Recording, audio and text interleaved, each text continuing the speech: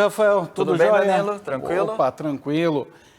Você aí que é o nosso comentarista esportivo, Hoje tem novidades. Deve saber de tudo, né? Quase tudo. Esse esporte que a gente vai falar eu não conheço muito não, viu? Já vi o pessoal jogando, mas não conheço tanto ainda não.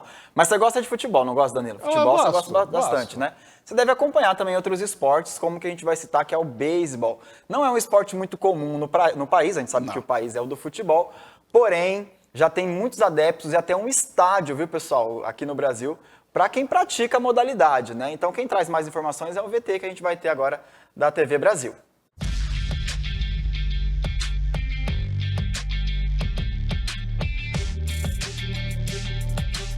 Muita gente que passa por esse trecho da marginal do Rio Tietê, na região central de São Paulo, nem percebe que está diante de um estádio esportivo. Este é o único estádio público do Brasil para a prática de beisebol. Ele foi inaugurado há 64 anos. De lá para cá, vem aproximando muita gente de um esporte que até então era bem distante.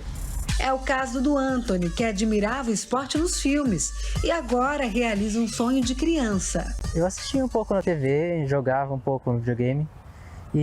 Mas eu nunca pensei que ia conseguir treinar assim no Brasil. Antes de chegar aqui, Gabriel tentou esportes mais convencionais, mas conta que não se encaixava.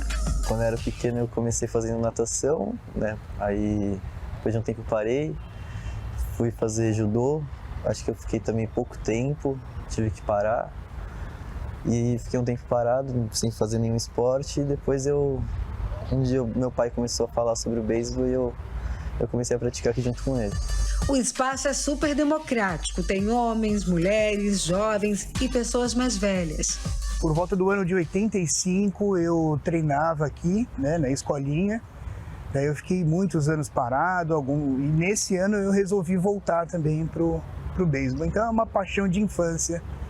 No esporte. O beisebol é um esporte coletivo. As duas equipes elas se revezam entre ataque e defesa.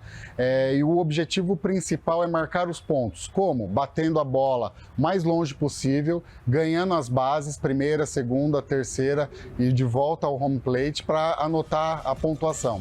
E para quem ainda não se encontrou em nenhum esporte, calma, que ainda vai ter um para chamar de seu. E se faltar habilidade, pelo menos vai render boas amizades, risadas e bem-estar.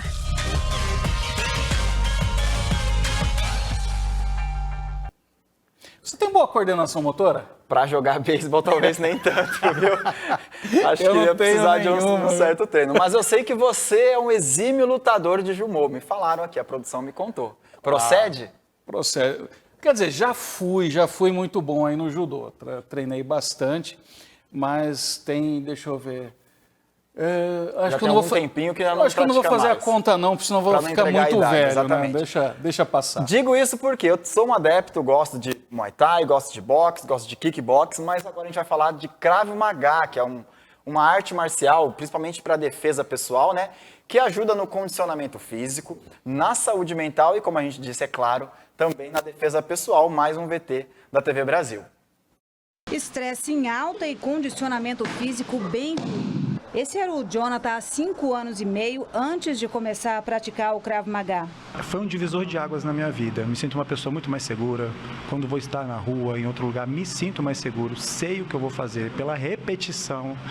Sem falar do condicionamento físico que isso trouxe, saúde mental, espiritual até, por incrível que pareça. Então, eu recomendo para todos. Mudou a minha vida. No tatame, o que se aprende com o Krav Maga é defesa pessoal.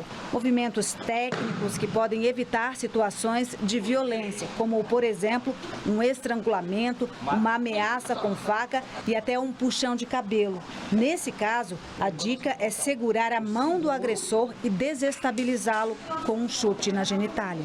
A técnica do Krav Maga ela é específica, atingindo os pontos sensíveis do agressor. Nós não temos competição, como tem as demais lutas. É uma arte de defesa pessoal, criado no exército israelense, é a única reconhecida mundialmente como defesa pessoal.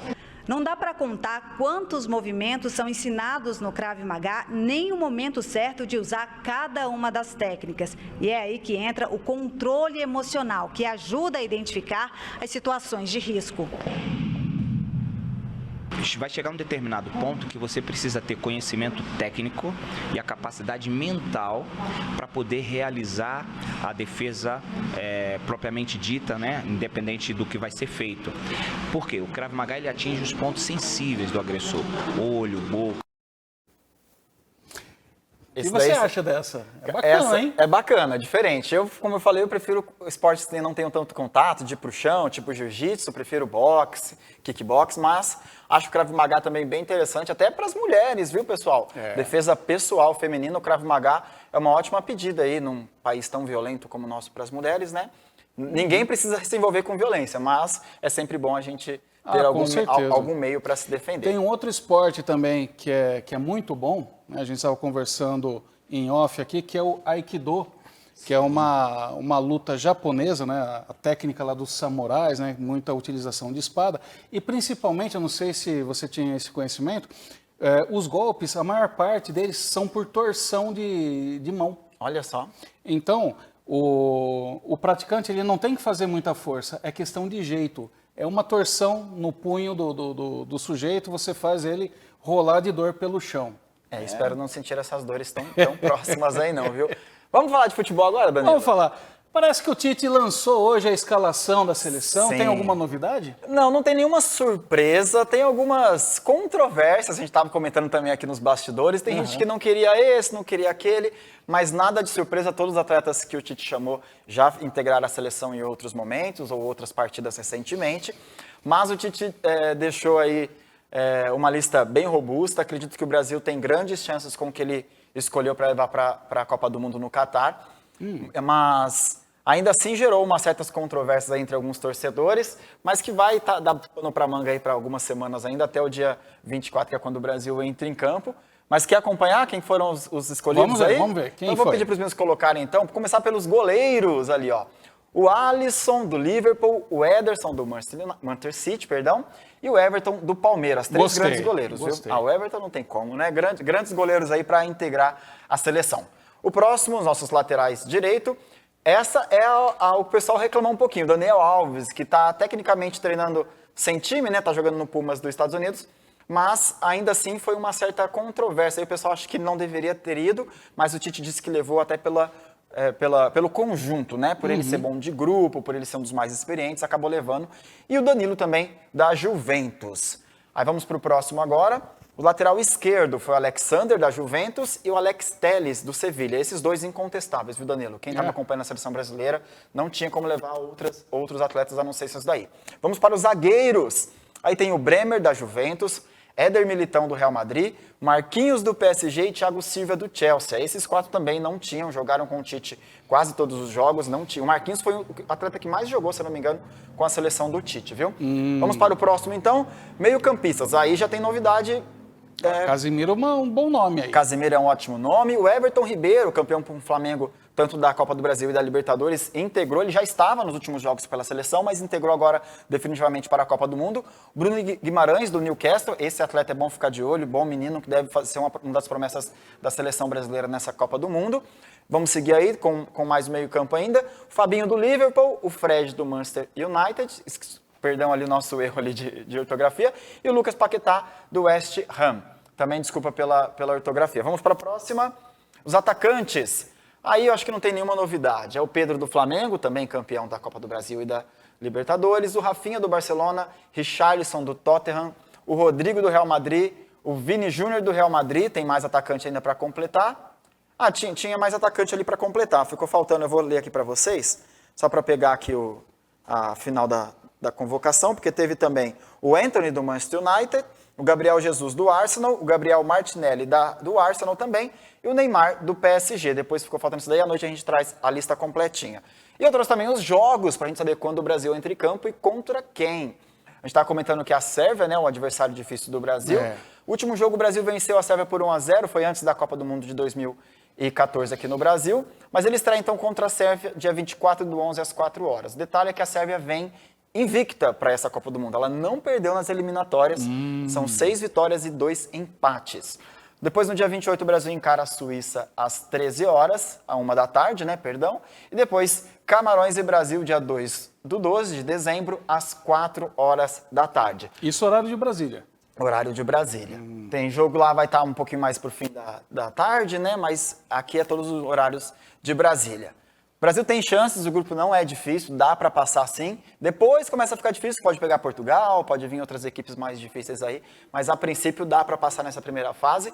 O Brasil que nessa eliminatória sofreu apenas 9 gols em 30 jogos, é bem poucos gols, né, que tenha sofrido, e marcou quase 60 gols aí também, é um número bem alto. Espero que... Um ótimo saldo, hein? Tem um saldo positivíssimo. Espero que o Brasil tenha grandes chances aí e consagrar não só a seleção como hexa, mas também o Tite como treinador competente que é também, precisa ser consagrado conquistando uma Copa do Mundo, e muitos atletas que vão ser o futuro do país aí entrando na seleção agora, que também tem chances de conquistar mais um título para o Brasil. E só o Brasil pode ser hexa. Só para lembrar. Vamos torcer, né? Porque já teve um tempo que o Brasil impunha, né, um respeito, um medo em todas as seleções. Aí depois ele foi perdendo um pouquinho desse espaço, daí eram os times sul-americanos. Exatamente. Hoje, time sul-americano, inclusive com o Brasil nessa lista, não impõe mais medo em ninguém, né?